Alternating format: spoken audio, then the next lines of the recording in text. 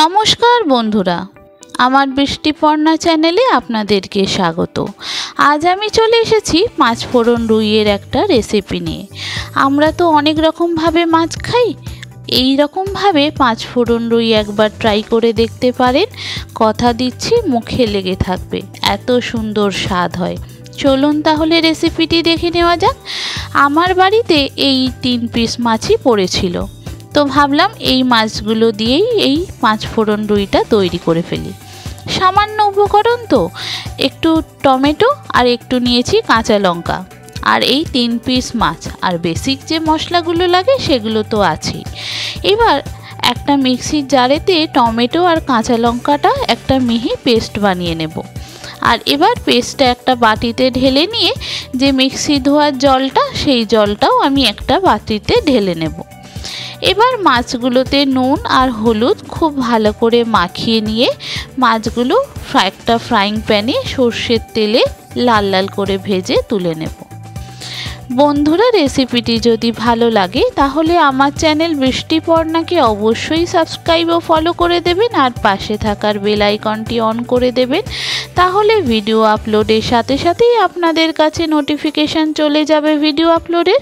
কেমন হলো রেসিপিটি অবশ্যই পুরো ভিডিওটি দেখে আমাকে জানাবেন। যদি ভালো লাগে তাহলে একটা লাইক ও শেয়ার করে দেবেন।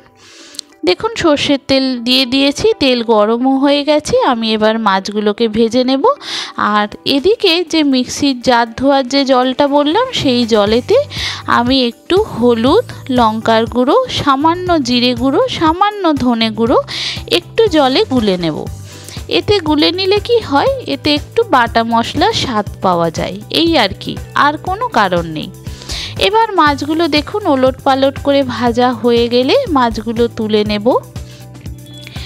নিয়ে ওই তেলেতেই আমি যে গুঁড়ো জলে গুলে রাখলাম যে মশলাটা, হলুদ, জিরে, ধনে গুঁড়ো, ওইটা দিয়ে দেব। তারপরে দিয়ে দেব টমেটো আর কাঁচা লঙ্কার পেস্টটা দিয়ে এটা খুব ভালো করে কষাতে হবে। দেখুন টমেটো আর কাঁচা লঙ্কার পেস্টটা খুব মিহি কিন্তু পেস্ট আমি করিনি, একটু একটু আপনাকে টমেটো আপনি দেখতে পাবেন। দেখুন এবার এটা খুব ভালো করে কষাতে কষাতে আমি প্রয়োজন মতো নুন দেব, সামান্য একটু চিনি দেব, আর দেব একটু গরম মশলার গুঁড়ো। দেখুন আস্তে আস্তে মশলা থেকে তেল ছেড়ে যাচ্ছে। এবার আমি ওই নুন, সামান্য একটু চিনি আর সামান্য একটু গরম মশলার গুঁড়ো, আর যদি প্রয়োজন পড়ে অল্প জল দিয়ে কষাতে পারেন, তাহলে মশলার কাঁচা গন্ধটা খুব তাড়াতাড়ি চলে যাবে। মশলা থেকে তেল ছেড়ে যাচ্ছে, দেখুন।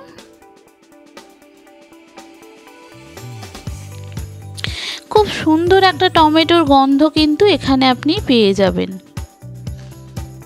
এবার আমি এখানে কষানো হয়ে গেছে, পরিমাণ মতো জল দিয়ে দেব। দেখুন মশলার কালারটা চেঞ্জ হয়ে গেল। এবার পরিমাণ মতো জল দিয়ে আমি এখানে মাছগুলো দিয়ে দেব। এখানে মাছগুলো দিয়ে একটু ফুটে উঠলে তারপরে আমি যে পাঁচ ফোড়ন রুই করব, আমি একটা ছোট্ট আমার স্টিলের বাটি আছে, অ্যালুমিনিয়ামের বাটি, তো সেই ছোট্ট একটু বাটিতে আমি 1 চামচ মতো পাঁচ ফোড়ন নেব, আর নেব বড় টেবিল চামচের 1 চামচ সর্ষের তেল। দেখুন ছোট চামচের 1 চামচ পাঁচ ফোড়ন আর 1 টেবিল চামচ মতো আমি সর্ষের তেল নিয়েছি। এবার এদিকে মাছটা দেখুন গরম হয়ে গেছে, মানে ফুটে ফুটে গ্রেভিটা ঘন হয়ে যাচ্ছে। এইটা মাছটার যখন গ্রেভিটা খুব ঘন হয়ে যাবে, তখন এটাকে আমি একটু অন্য জায়গায় শিফট করে এই পাঁচ ফোড়নটা আমি খুব ভালো করে ভেজে নেব। এটা যতক্ষণ আপনি পাঁচ ফোড়নটা পুড়ে না যাবে, মানে যতক্ষণ সুন্দর গন্ধ না ওঠে, ততক্ষণ আপনাকে পাঁচ ফোড়নটা কিন্তু ভাজতে হবে।